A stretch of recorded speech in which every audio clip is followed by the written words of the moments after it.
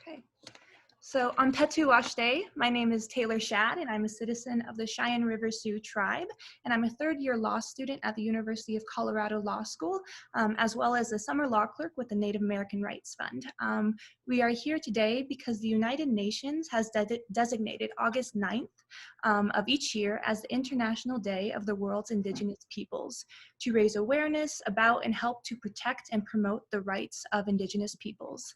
In honor of the day, the project for the implementation of the United Nations Declaration on the Rights of Indigenous Peoples in the United States, a joint project between the Native American Rights Fund and the University of Colorado Law School, takes this opportunity to talk with Walter Echohawk, a Native American speaker, author, and former NARF attorney, who was also recently elected as the president of the Pawnee Nation of Oklahoma. President Echohawk, first of all, let me congratulate you on your recent election and thank you for joining us today. You are a world-recognized expert in the area of Indigenous peoples' rights and have worked on behalf of Native American rights in the United States for many decades.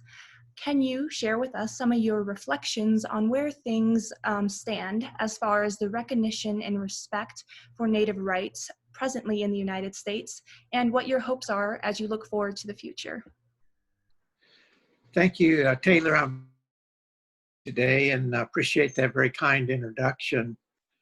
And thanks for that question. It's a very lengthy question. I think it calls for a somewhat lengthy answer, but you know, today in the United States, we do live in very troubled and uncertain times for both Indigenous peoples and others as well.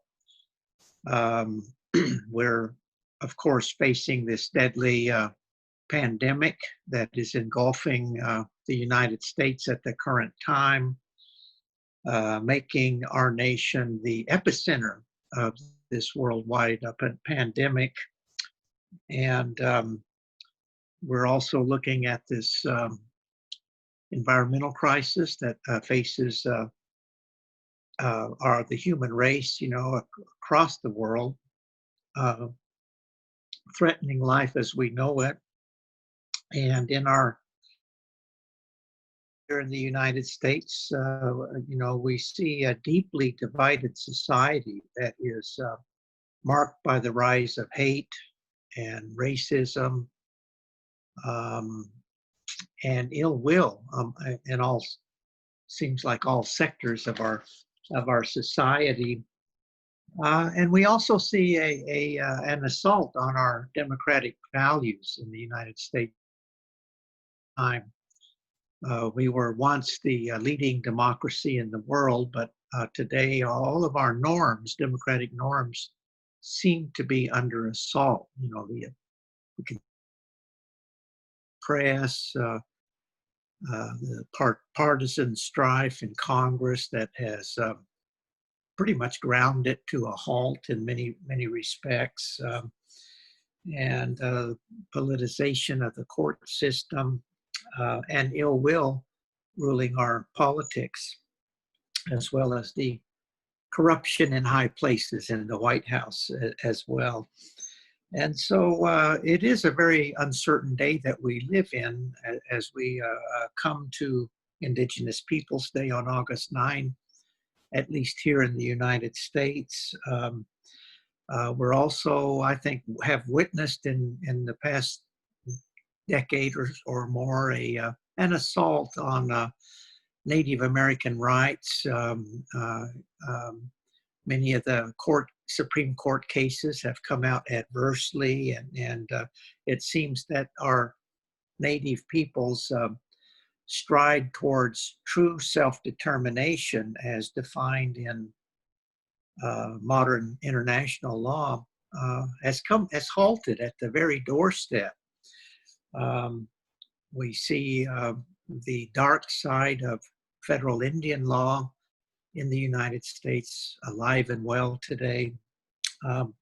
But I believe that adversity creates opportunity, and we can look out and uh, the Black Lives Matter protests going on across the country and prompting uh, uh, a coming to grips with racism in our country.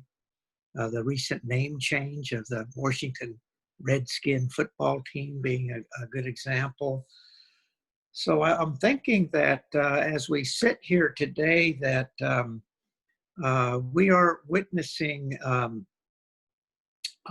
backlash against of everything Trump, it seems to me, in our country here in the United States, as seen in the Black Lives Matter protests across the country.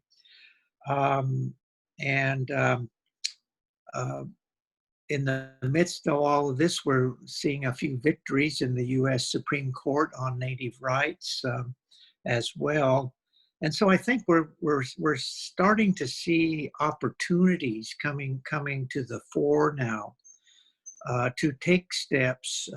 I think to ride the wave of this backlash, into the November election, um, to see an opportunity to begin implementing this UN Declaration on the Rights of Indigenous Peoples in the United States. And it's my hope that in the coming months of the year 2020 and on into 2021, that with the leadership of the NARF and the CU Law Joint National Project to implementation, that we can begin a grassroots legislative movement among all of our Indian nations to pass law, implement the declaration into tribal law, aligning tribal law with the declaration, and calling on other jurisdictions to do the same.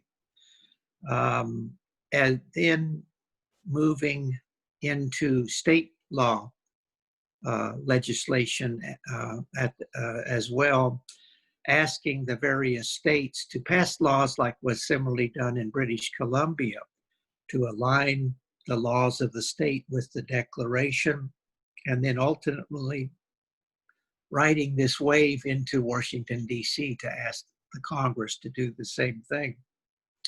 Along the way, I think that Indian country and Native communities throughout the United States have an opportunity to educate America along that way and change the way that society looks at Indigenous peoples and Native American rights. So I feel like generous moment in the history of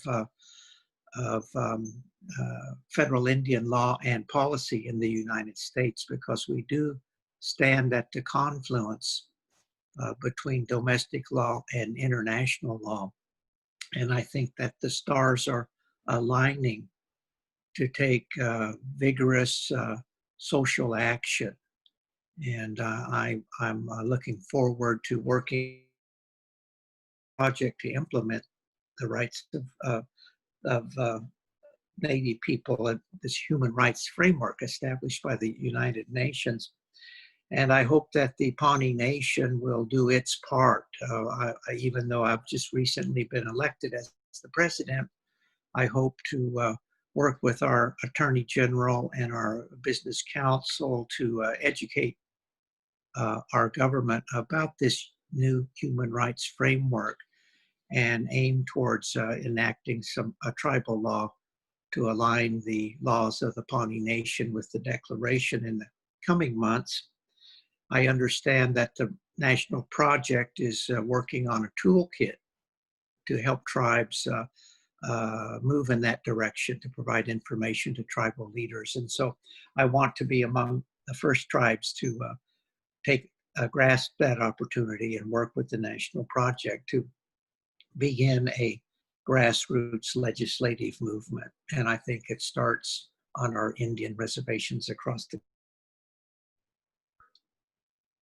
Yeah, absolutely. And that kind of goes into my next question. What do you think good first step for tribes considering adopting and incorporating the rights in the Declaration into their own laws and practices?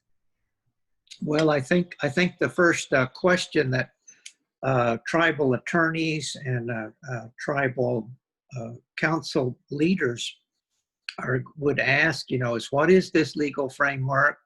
Some baseline information, and how would incorporating the Declaration into tribal law and aligning tribal law impact our existing tribal statutes and our self-government.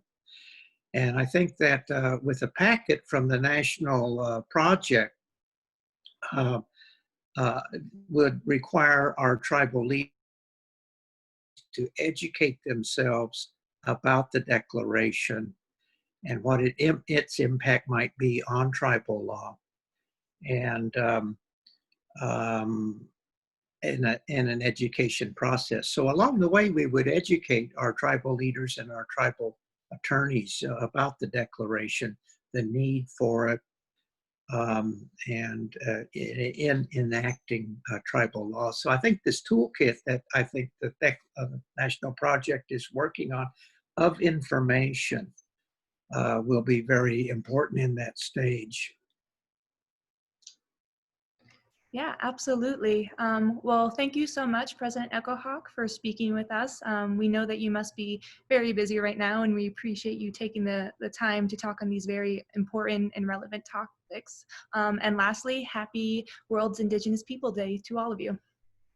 Yes, same here. Well wishes to Indigenous people everywhere from the Pawnee Nation of Oklahoma.